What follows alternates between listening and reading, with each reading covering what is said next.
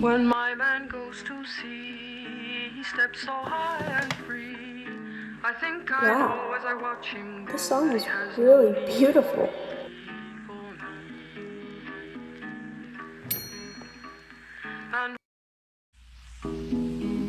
And post it.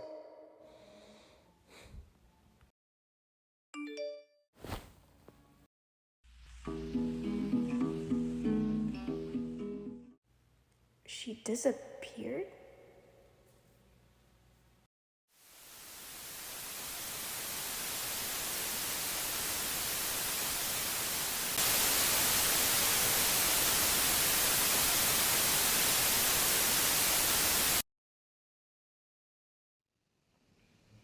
People say a roving woman is likely not to be better than she ought to be, so when I stray away. Born Elizabeth Eaton Converse, Connie was born in the small town Laconia, New Hampshire.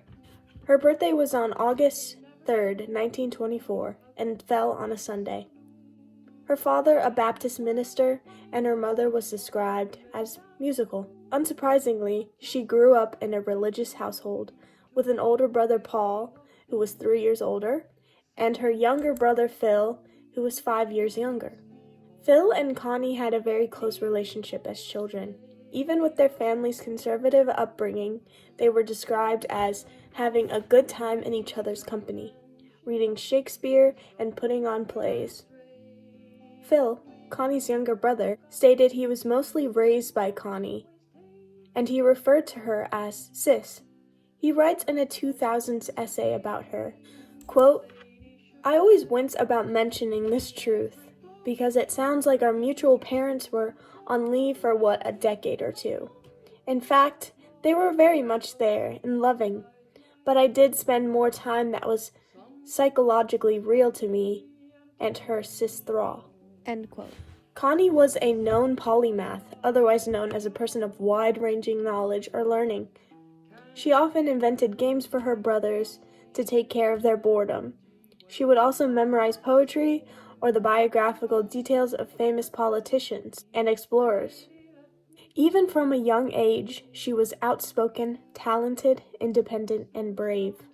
The night she graduated from high school as a valedictorian, Connie won 8 of the 12 achievement awards. This sent ripples of envious groans throughout the audience and embarrassed her modest parents. Connie had won a 4-year scholarship to Mount Holyoke College in Massachusetts, an award that was only given to one student per year. Her grandmother had gone to this college, and her mother after. Connie had seemed to have everything going for her, being very successful from a young age. But to everyone's shock, she dropped out of school after 2 years and moved to New York City.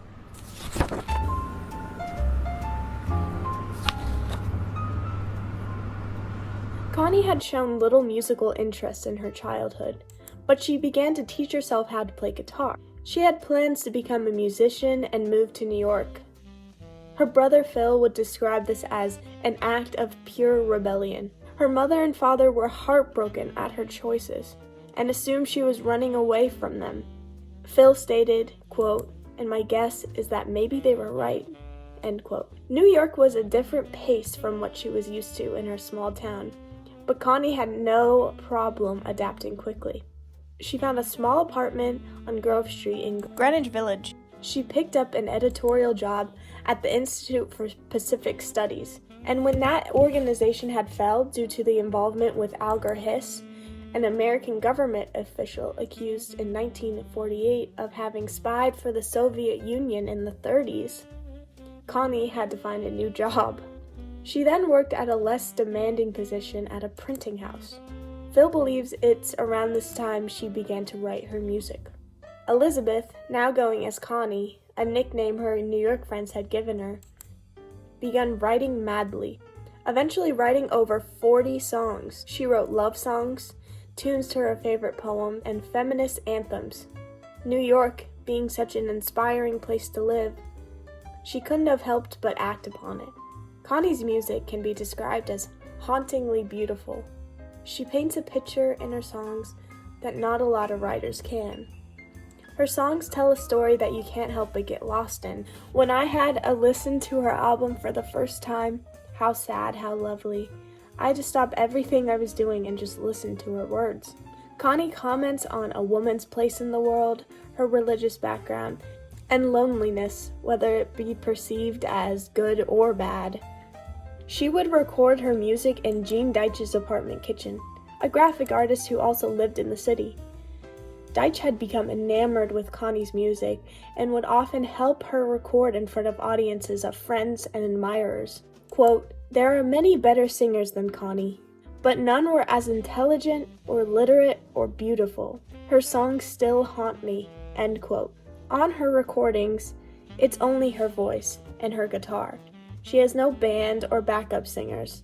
Connie was only herself, and it worked for her. In 1954, Connie was provided the opportunity to play a few tunes on the Walter Cronkite CBS morning show. 2 years after that, she recorded an album for her brother Phil, who was just married at the time, titled Musics, Volume 1 and 2. The album was accompanied by a card that read, quote, "These reels are strewn with minor mishaps. On the other hand, they're not so bad." End quote. Connie had also signed and dated the cover, "With Love and Modest Pride, Elizabeth Converse," August 1956. Connie's parents did not approve of her music career in the slightest. They did not watch her television appearance, or did they hear anything she sang. Her father dying without hearing a single song she wrote. And though Connie had a promising start and several opportunities, the struggles had started to become too prominent for the budding singer.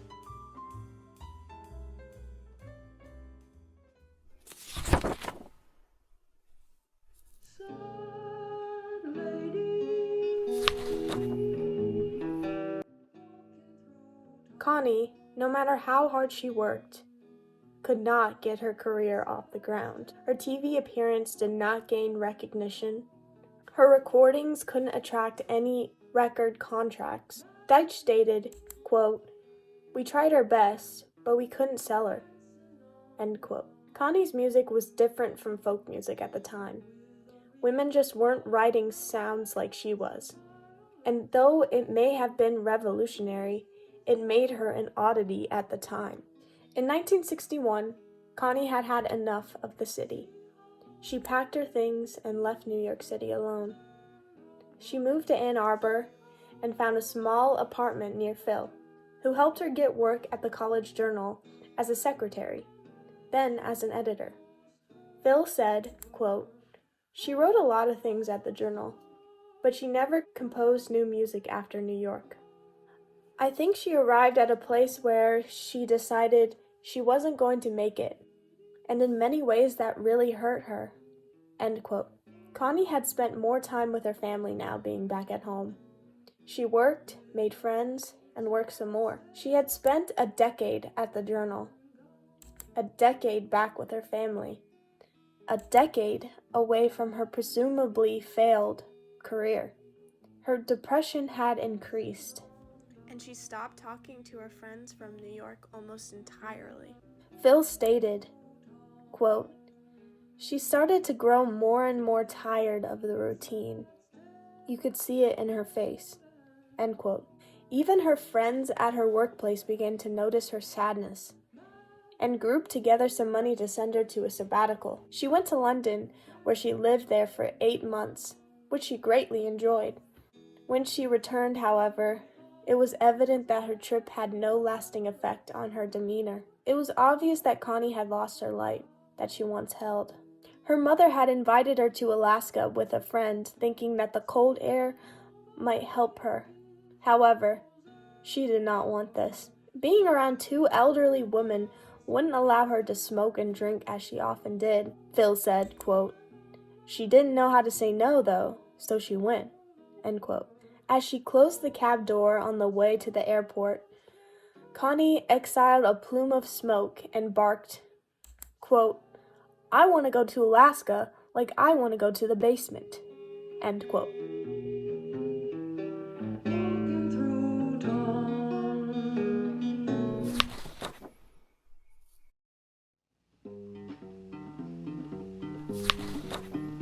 down this road on a Monday morning. Phil thinks the prospect of another long trip with their mother may have been the push that sent Connie over the edge. Connie's mother, frustrated by her continued sadness, began to plan another journey. This one for just the two of them, immediately upon their return. On top of all that, Connie had recently learned that she needed to have a hysterectomy, which was a surgery to remove the womb or uterus. Though she had no boyfriend or husband, Connie still loved children and took the news pretty hard. In the summer of 1974, a day after Connie's 50th birthday, she wrote a handful of letters to her family and friends, applauding the downfall of Richard Nixon, and said that she was going to head west to take another shot at a new life. Connie packed up her Volkswagen Beetle and drove out of Ann Arbor. It was the last time anyone in her family ever heard or saw from her again. Her car was never found, and her social security number was never used again.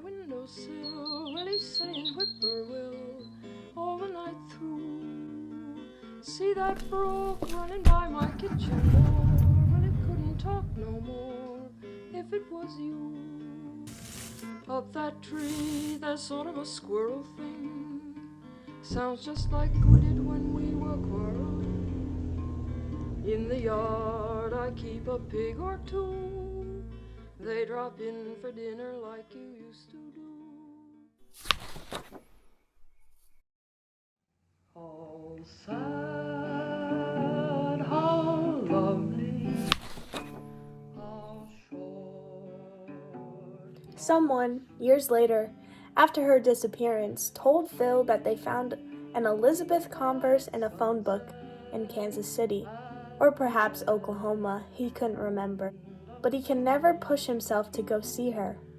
He couldn't make the contact. Quote, leaving was her choice, and I would be embarrassed to show up on her doorstep and say, hey, what's going on?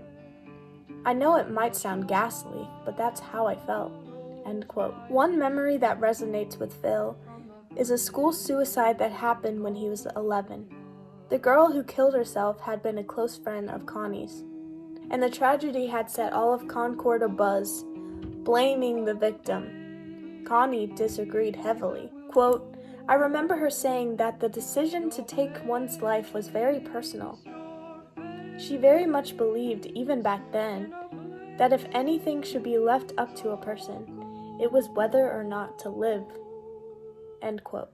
Though there are many theories about what happened to Connie Converse, Phil believes that they never found his sister's car because she drove off a bridge somewhere west of Michigan or maybe North Dakota.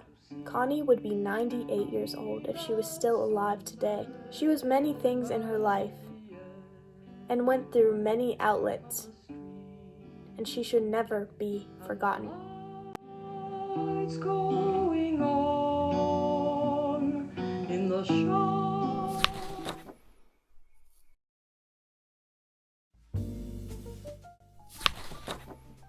Most of Connie's recordings were not released to the public at the time that she made them.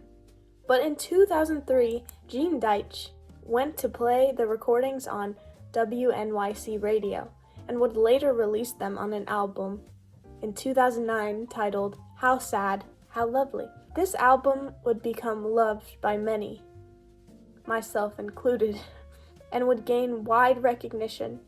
Connie, long gone by this point, may have never known that her music was being heard by thousands.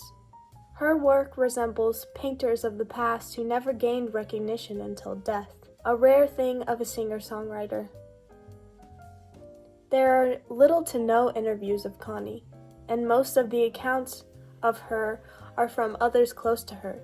Deitch explained that no one really knew her, and that she let few people in.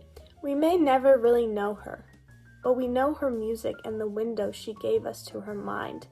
Connie may have not been famous, but she is loved by many and will continue to live on through the things she loved the most.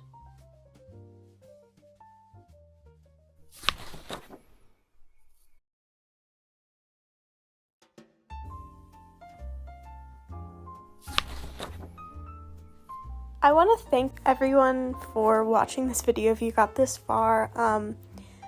This is just me rambling, really. I don't have anything scripted for this part, but I had a lot of fun making this video, and it's something I was really passionate about, so I hope you guys like it. And I also want to say thank you so much for 700 followers or subscribers. That's just amazing. I never thought I would get this far, so thank you all. Thanks for watching. Like, subscribe. Okay. Peace.